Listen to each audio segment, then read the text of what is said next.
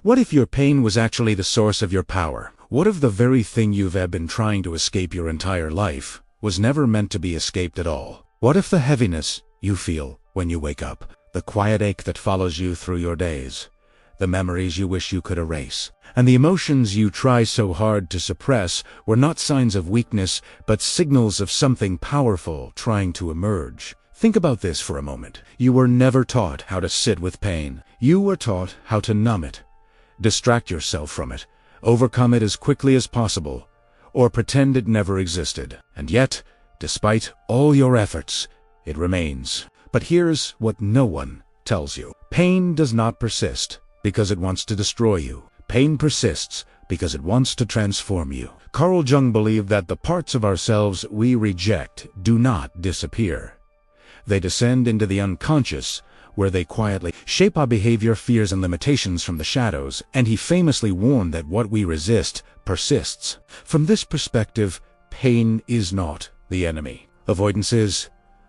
Now ask yourself honestly, what part of your pain have you been trying not to feel? Because within that avoidance lies something essential, something unfinished. Friedrich Nietzsche understood this deeply, arguing that suffering is not merely a burden but a forge, and that those who are capable of great depth must also endure great pain.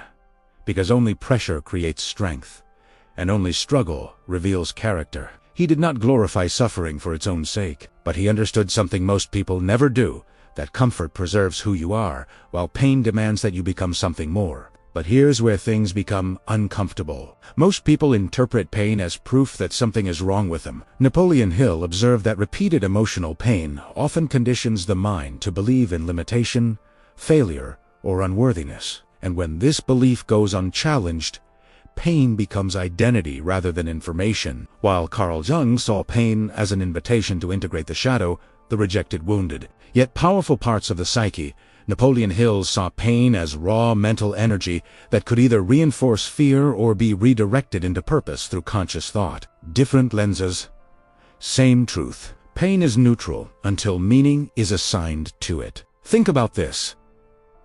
For a moment, two people experience the same loss, the same rejection, the same failure. One collapses inward, the other rises transformed.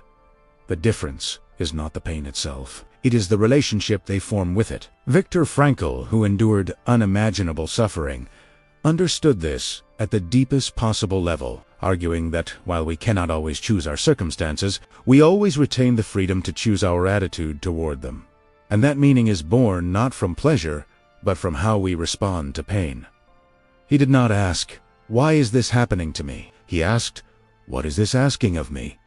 Now, ask yourself, what if your pain is not asking you to disappear, but to evolve? Because pain has a strange intelligence to it. It shows you where you are still attached, where you are still afraid, where you are still living out of alignment with who you could become. Carl Jung believed that neuroses is often the psyche's attempt to correct a life that has drifted too far from its authentic path, meaning that pain is sometimes not a sign of damage, but of truth trying to break through illusion. This reframes everything. Your anxiety may not mean you are broken. Your sadness may not mean you are weak. Your restlessness may not mean you are lost. They may mean you are outgrowing a version of yourself that can no longer contain who you are becoming. But here's what no one tells you. Transformation does not come from eliminating pain. It comes from integrating it. Friedrich Nietzsche warned that those who try to bypass suffering often bypass depth itself, becoming emotionally shallow, spiritually numb, and disconnected from their own power. He believed that the strongest individuals are not those who avoid pain, but those who can use it, those who can turn wounds into wisdom and scars into strength. Now, think about this. Every meaningful change in your life was preceded by discomfort. Every breakthrough followed a breakdown. Every moment of clarity was born from confusion.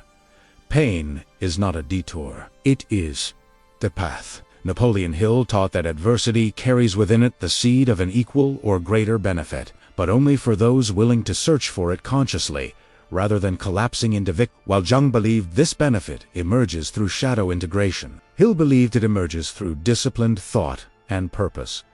Again, different language, same reality. Pain reveals unused potential. It exposes the parts of you that have not yet been claimed.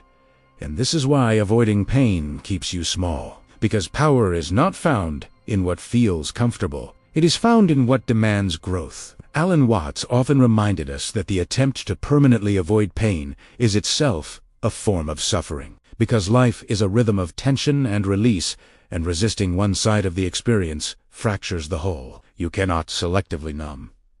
When you numb pain, you numb depth. You numb passion. You numb meaning. Now ask yourself something deeper. What strength might be hiding inside the pain you've been trying to outrun? What sensitivity, insight, or courage might be waiting beneath the surface? Because those who feel deeply are often the ones capable of the greatest impact, but only if they learn to harness, rather than suppress, that depth. Carl Jung believed that gold is found in the darkest places of the psyche, and that the very traits we judge as weaknesses often contain the seeds of our greatest contribution.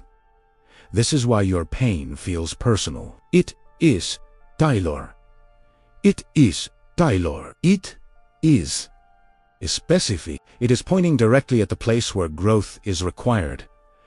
And here is the turning point. When you stop asking, "How do I get rid of this pain?" and start asking, "What is this pain trying to teach me?" everything changes. You stop fighting yourself.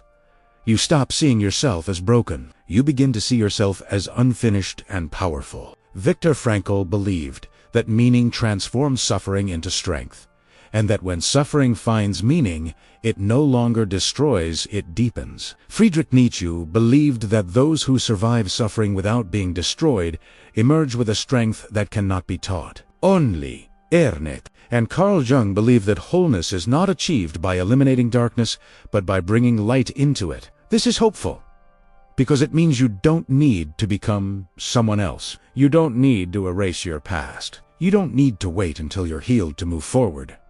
Your pain is not a delay. It is preparation. So, instead of asking why you hurt, ask who you are becoming because of it. Instead of hiding from discomfort, listen to it. Instead of numbing your wounds, integrate them, because within what hurts most often lies what matters most. And if this message spoke to you, subscribe to Becoming You and keep growing with us. And if you watched until the end, comment the word alchemy below and share what you're beginning to see differently about your pain.